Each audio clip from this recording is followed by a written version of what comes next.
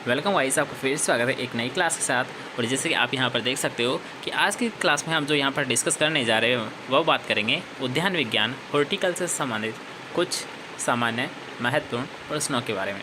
ठीक है, कल हमने पशुपालन विज्ञान के कुछ क्वेश्चंस को किया था जिसमें आपका काफ़ी अच्छा रेस्पॉन्स रहा था।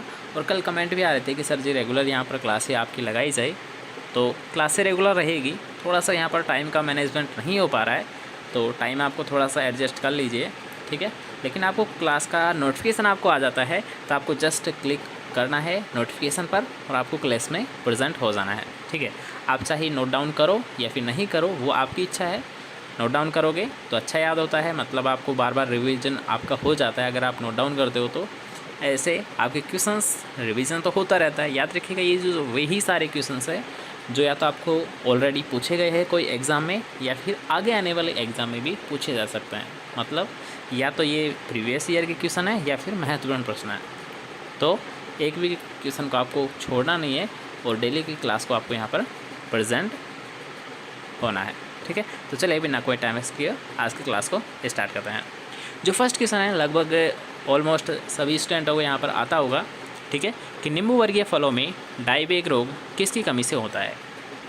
या फिर मैं पूछ सकता हूँ कि अगर आपको पूछा जाता है कि सूखा रोग किससे होता है, तो आप बता सकते हो, आसानी से बता दोगे इसको, कॉपर से होता है, कॉपर की कमी से होता है। कॉपर जो न्यूट्रेंट होता है इसकी कमी से होता है। लेकिन यहाँ तो ऑप्शन में तो तांबा है, तो याद रखिए कॉपर को ही तो तांबा बोला जाता है। आप बोल सकते हो सर जी कॉपर को ही तो तांबा कहते हैं, तो बिल्कुल, तो इसका राइट आंसर क्या हो जाएगा, ए ऑप्शन इसका राइट आंसर हो जाएगा। ठीक है, याद रखिएगा। लोहा से आपको पता है, याद रखिएगा एक क्वेश्चन आपको पूछा जाता है पालक से संबंधित कि पालक में क्या होता है। याद रखिएगा लोहे की मात्रा सर्वाधिक होती है। इसके अलावा जस्ते से एक क्वेश्चन पूछा जाता है जो कि लगभग ऑलमोस्ट सभी को आता है कि धान में खेरा रोग किससे होता है। धान में खेरा रोग होता है जिंक या जस्ते की कमी से। याद रखिएगा जिंक को ही जस्ता बोला जाता है, तो जिंक या जस्ता की कमी से धान में खेरा रोग होता है। लोहा से याद रखिएगा लोहा सबसे ज़्यादा होता है पालक में पाया जाता है। ठीक है, और अगर मैंगनीज़ की अगर बात करूँगा तो यहाँ से एक इम्पॉर्टेंट क्वेश्चन बनता है गन्ने का फाला ब्लाइट रोग। गन्ने का फाला ब्लाइट रोग वो किसकी कमी से होता है, मैंगनीज़ की कमी से होता है। गन्ने का फाला ब्लाइट रोग होता है वो होता है मैंगनीज़ की कमी से होता है। ठीक है, तो यहाँ पे 3-4 क्वेश्चन हमने कर लिए हैं एक क्वेश्चन के साथ। तो ऐसे आपको याद रखिए, जब भी आप पढ़ो तो ऐसे एक क्वेश्चन के साथ साथ आपको 3 से 4 क्वेश्चन हमेशा याद रखना है, ताकि आपका ज़्यादा रिवीजन भी हो जाए और आपके ज़्यादा जो कन्फर्म होते हैं याद वो भी आपके हो जाए। ठीक है, नेक्स्ट क्वेश्चन था कि इसको मसालों की रानी भी कहा जाता है। ऑप्शन आपके सामने दिखाई दे रहे हैं, आप चाहो तो कमेंट कर सकते हो। ठीक है, तो मसालों की रानी किसे कहा जाता है, बिल्कुल इलायची को कहा जाता है। अगर राजा की यहाँ पर पूछा जाता तो राजा तो काली मिर्च को कहा जाता है। ठीक है, ब्लैक पेपर या काली मिर्च को कहा जाता है। और अगर पूछा जाए रानी, तो रानी होती है, याद रखिए, छोटी इलायची। किसे कहा जाता है, छोटी इलायची को याद रखिएगा मसालों की रानी कहा जाता है। ठीक है, याद रहिएगा। चलिए नेक्स्ट क्वेश्चन की यहाँ पर बात करेंगे अब, जिसमें आपको पूछा गया है कि राजस्थान के फलों का राजा किसे कहा जाता है। तो आप सभी को पता है, याद रखिएगा कि राजस्थान के फलों का राजा किसे कहा जाता है। तो फलों का राजा कहा जाता है, याद रखिए, बेर को कहा जाता है।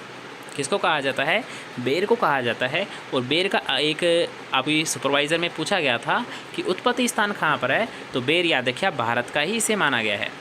मतलब भारत ही इसका याद रखिएगा उत्पत्ति स्थान माना गया है, इसका भी याद रखिएगा। एक बैंगन होता है, बैंगन, और याद रखिएगा ये भी बी से स्टार्ट हो रहा है और ये भी बी से स्टार्ट होगा। मतलब एक तो बैंगन और बेर, बैंगन और बेर ये दोनों ही क्या होते हैं, भारत के, क्या मतलब इनके उत्पत्ति स्थान है वो भारत को माना गया है। ठीक है, आप ऐसे याद रख सकते हो क्योंकि ये भी क्वेश्चन कई बार आपको पूछा आता है। बेर होता है, याद रखिएगा, शुष्क फल होता है, ये भी याद रखिएगा। शुष्क फलों का राजा भी किसे कहा जाता है, बेर को ही कहा जाता है। फलों का राजा किसे कहा जाता है, ठीक है, राजस्थान की दृष्टि से पूछा जा रहा है तो राजस्थान में बेर को ही कहा जाता है और शुष्क फलों का राजा भी बेर को ही कहा जाता है। अगर एक नॉर्मल तरीके से पूछता वो कि फलों का राजा किसे कहा जाता है, तब तो आपका राइट आंसर क्या हो जाता, आम हो जाता। लेकिन अगर पूछा आता है राजस्थान के नज़रिए से, तो राजस्थान में तो बेर ही आम कहलाता है। मतलब राजस्थान में फलों का राजा तो बेर कहलाता है, लेकिन नॉर्मल पूछे तो आम कहलाएगा। ठीक है, यहाँ पर आपको कन्फ्यूज़न नहीं होना है। ओके, डाउट क्लियर होता है। चलते हैं नेक्स्ट क्वेश्चन की ओर। नेक्स्ट क्वेश्चन आपको पूछा गया है कि आम के प्रयोग किए जाने वाले भाग को क्या कहा जाता है। मतलब प्रयोग किए जाने वाला भाग अर्थात आप जिस भाग को खाते हो वो भाग कौन सा होता है। अब ऐसा तो है ही नहीं, आप गुठली को भी खा जाते हो तो गुठली को तो आप फेंकते हो, ठीक है, और उसके छिलके को भी आप फेंक देते हो। अर्थात इसका निष्कर्ष क्या निकला है, अर्थात तो जो याद रखिएगा, जैसे कि मान लीजिए ये गुठली है और ये बाहर का छिलका है, बाहर का छिलका आपने फेंक दिया, अंदर की गुठली आपने फेंक दी, तो आपने खाया क्या, मध्य वाला पोर्शन ही खाया था ना, मध्य फलवृत्ति। याद रखना, मीजोकार्प आपने खाया था तो ये क्या होता है, मध्य फलवृत्ति होती है। तो आम का हम कौन सा भाग खाते हैं, मध्य फलवृत्ति खाते हैं। याद रखिएगा, आम हो या पपीता, दोनों में ही हम क्या करते हैं, जैसे कि पपीता की अगर बात करेंगे तो बीजों को हम फेंक देते हैं, बाहर के छिलके को हम हटा देते हैं, तो खाते क्या है, अंदर वाला पोर्शन खाते हैं, मतलब मीजोकार्प खाते हैं। तो आम हो या पपीता, दोनों में मीजोकार्प ही खाया जाता है। याद रहेगा। चलिए नेक्स्ट क्वेश्चन यहाँ पर बात करेंगे कि वानस्पतिक रूप से केले का फल प्रकार अर्थात फ्रूट टाइप क्या कहलाता है। तो याद रखिए, केले की अगर बात करेंगे तो केले का फल प्रकार क्या कहलाता है, बेरी, पॉम, नट या ड्रुप। तो ड्रुप तो यहाँ पर याद रखिएगा, सबसे पहले हम आंसर जानेंगे कि केले का क्या कहलाता है। तो केले का फल प्रकार बेरी ही होता है। क्या होता है, बेरी ही होता है, ठीक है। अगर बात करेंगे हम, जैसे कि मान लीजिए पॉम अगर आपको पूछ ले, ये भी काफ़ी अच्छा क्वेश्चन बनता है, आपको एग्जामिनर पूछ सकता है कि किसका फल प्रकार है पॉम, तो याद रखिए सेब का है, सेब या नाशपाती का है, ठीक है। अगर आपको पूछा था ड्रुप नहीं है, ये ड्रूप है, क्या ये ड्रूप है, ठीक है। तो ड्रूप किसका होता है, याद रखिएगा, ड्रूप या अस्टिल आपको पूछा जा सकता है। ऑप्शन में जैसा भी आपको देखने को मिले, आपको याद रखना है कि ड्रूप पूछ ले या फिर अस्टिल पूछ ले, होता किसका ये फल प्रकार, ये होता है आम का फल प्रकार होता है। किसका होता है, आम का होता है, ठीक है। आप बता दीजिएगा आराम से। अगर बात करेंगे नट की तो क्या होता है बताइए। चलिए ये क्वेश्चन आपके लिए है कि नट किसका फल प्रकार है, वो आपको कमेंट सेक्शन में बताना है। तो जल्दी से कमेंट सेक्शन में बता दीजिए। वैसे तो नॉर्मल क्वेश्चन है, लगभग सभी को आता होगा, लेकिन कमेंट कौन कौन करता है ये भी आपको, हमें भी अंदाज़ा लग जाए कि कौन यहाँ पर ज़्यादा एक्टिव है, ठीक है। नेक्स्ट क्वेश्चन यहाँ पर आपको पूछा गया है कि नॉन क्लाइमेटिक फल कौन से होते हैं, ठीक है। नॉन क्लाइमेटिक फल कौन सा है, ऑप्शन आपको यहाँ पर दिए गए हैं। तो ऑप्शन यहाँ पर आप देख सकते हो, कीवी फल है, एवोकाडो है, अमरूद है और अंगूर है, ठीक है। तो काफ़ी इंपॉर्टेंट क्वेश्चन यहाँ से बनता है कि जो अंगूर होता है, याद रखिए, जो ग्रेप्स होता है, ये क्या होता है, नॉन क्लाइमेटिक फल होता है, नॉन क्लाइमेटिक फल होता है, ठीक है। ये याद रहेगा, क्यों, क्योंकि इसे याद रखिएगा, जो इसका पूर्वज प्लांट होता है, इससे अगर अलग कर लोगे आप, ठीक है, इससे अगर आपने अलग कर लिया तो ये इसे बाद में नहीं पकाया जा सकता, अर्थात इसे पौधे पर ही पहले पकाया जाता है, उसके बाद में ही इसे तोड़ा जाता है, ठीक है। अंगूर की वैसे बेलें होती है, तो इनको क्या होता है, याद रखिए, मदर प्लांट से इन्हें पकने पर ही हटाया जाता है, अर्थात कच्ची अवस्था में इन्हें नहीं हटाया जाता है। अर्थात याद रखिए, क्लाइमेटिक फल वे होते हैं जिन्हें अगर आप अर्ध पकी अवस्था में भी तोड़ लेते हो तो बाद में भी वो पकाए जा सकते हैं या फिर आसानी से पक जाते हैं। लेकिन जो नॉन क्लाइमेट्रिक होते हैं, उनका मतलब है आप उसे नहीं पका सकते, उसे केवल पौधे पर ही पकाया जाता है, बाद में आप नहीं पका सकते, ठीक है। जैसे आपने सुना होगा, जो इथाइलिन गैस होती है, इथाइलिन होती है जो को फलों को पकाती है, तो इस इथाइलिन गैस का प्रयोग किस में किया जाता है, जो क्लाइमेट्रिक फल होते हैं, अर्थात जिन्हें पकाया जा सकता है, उनमें हम इथाइलिन गैस का प्रयोग करते हैं, ठीक है, याद रहेगा। चलिए, तो अंगूर याद रखिए, इसका एक बार वैसे वानस्पतिक नाम भी पूछा जाता है, बोटनिकल नेम क्या होता है इसका, बोटनिकल नेम, अर्थात वानस्पतिक नाम क्या है अंगूर का, तो वाइटिस विनिफेरा है। क्या है, वाइटिस विनिफेरा है। ये भी कई बार क्वेश्चन पूछा गया है आपको, तो इसका विशेष तौर पर ध्यान रखना है, वाइटिस विनिफेरा, वाइटिस विनिफेरा। अगर आपको पूछा जाता है इसका कुल कौन सा है, अर्थात फैमिली कौन सी है, तो आप बता दो कि इसी से आपको याद रखना है, वाइटेसी। क्या फैमिली है इसकी, वाइटेसी इसकी फैमिली है, ठीक है। अंगूर की फैमिली वाइटेसी है, ठीक है, याद रहेगा। चलते हैं नेक्स्ट क्वेश्चन की ओर, जिसमें आपको पूछा गया है कि निम्न में से कौन सी फसल में पुनर्पूर्वता होती है, अर्थात प्रोटेंट्री पाई जाती है। अब इसका पहले आप समझ लिए कि होती क्या है ये, तो याद रखिएगा, एक होते हैं, जैसे कि मान लीजिए कोई प्लांट है, उसमें याद रखिएगा नर भाग भी होते हैं और मादा भाग भी होते हैं, अर्थात नर फूल भी उसमें लगते हैं और उसमें मादा फूल भी लगते हैं। लेकिन कभी कभी ऐसे भी कुछ पौधे होते हैं जिनमें क्या होता है कि मादा से पहले नर पक जाते हैं, मतलब जो फल होते हैं या नर फूल होते हैं वो क्या होते हैं, याद रखिए, वो पक जाते हैं। ठीक है, एक तरीके से अगर आपको पूछा जाता है कि नर वाला पार्ट है वो अगर पहले मैच्योर हो जाता है, परिपक्व हो जाता है, तो उस अवस्था को हम कहते हैं प्रोटेंडरी।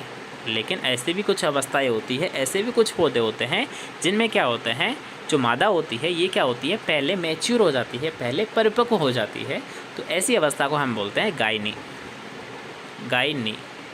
ठीक है, अर्थात गाय से आप याद रख सकते हो, गाय क्या होती है, फीमेल होती है।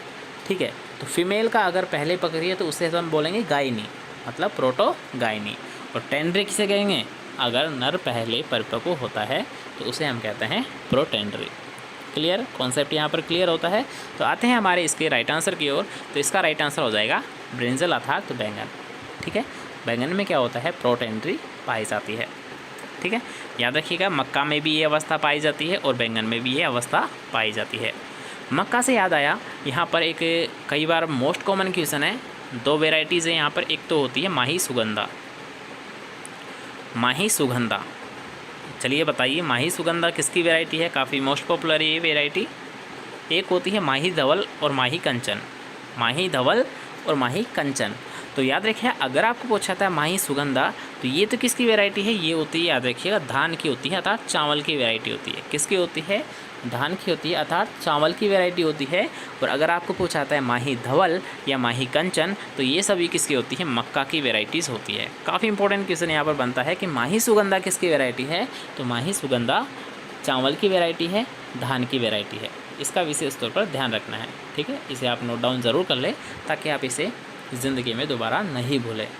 ठीक है, नेक्स्ट क्वेश्चन है जो कि आज का हमारा लास्ट क्वेश्चन भी रहने वाला है कि फल संरचना के अनुसार अंजीर एक उदाहरण है, किसका है, हेस्पेरिडियम का, साइकोनस का, बेरी का या फिर ड्रूप का। तो जस्ट अभी आपको बताया था, बेरी अगर आपको पता हो तो केले का होता है, ड्रूप होता है आम का होता है, हेस्पेरिडियम किसका होता है, नींबू वर्गीय जितने भी जो फल होते हैं उनके सभी का हेस्पेरिडियम होता है। और अगर आपको पूछा था साइकोनियम या फिर साइकोनस, तो ये किसका होता है, अंजीर का होता है, फिग का होता है। किसका होता है, अंजीर का होता है, फिग का होता है। चारों का याद रहेगा, एक बार मेरे साथ रिपीट कीजिए कि सर जी, ड्रूप तो होता है आम का, ड्रूप होता है या फिर अस्टिल भी इसे बोला जा सकता है, और ये किसका होता है, आम का होता है। बेरी किसका होता है, सामान्यतः है केले का होता है। साइकोनियम किसका होता है, यही तो हमने पढ़ रहे हैं, अंजीर का होता है। और अगर आपको पूछा जाए हेस्पेरिडियम, तो आप बता दो कि सर जी हेस्पेरिडियम तो नींबू वर्गीय फलों का होता है। ठीक है, तो आई थिंक यहाँ पर जितने भी क्वेश्चंस आपको याद हो गए होंगे। ठीक है, और अगर आपको क्लास पसंद आई है तो वीडियो को आप अपने दोस्तों के साथ शेयर भी कर सकते हैं। ठीक है, तो जल्दी से शेयर कर दीजिए। और आपको रेगुलर प्रेजेंट रहना है, जैसे ही नोटिफिकेशन आता है आप नोटिफिकेशन को क्लिक करके क्लास में आपको एंटर हो जाना है। ठीक है, चलिए मिलते हैं नेक्स्ट क्लास के साथ, जब तक के लिए अच्छे से पढ़िए, अच्छे से रहिए।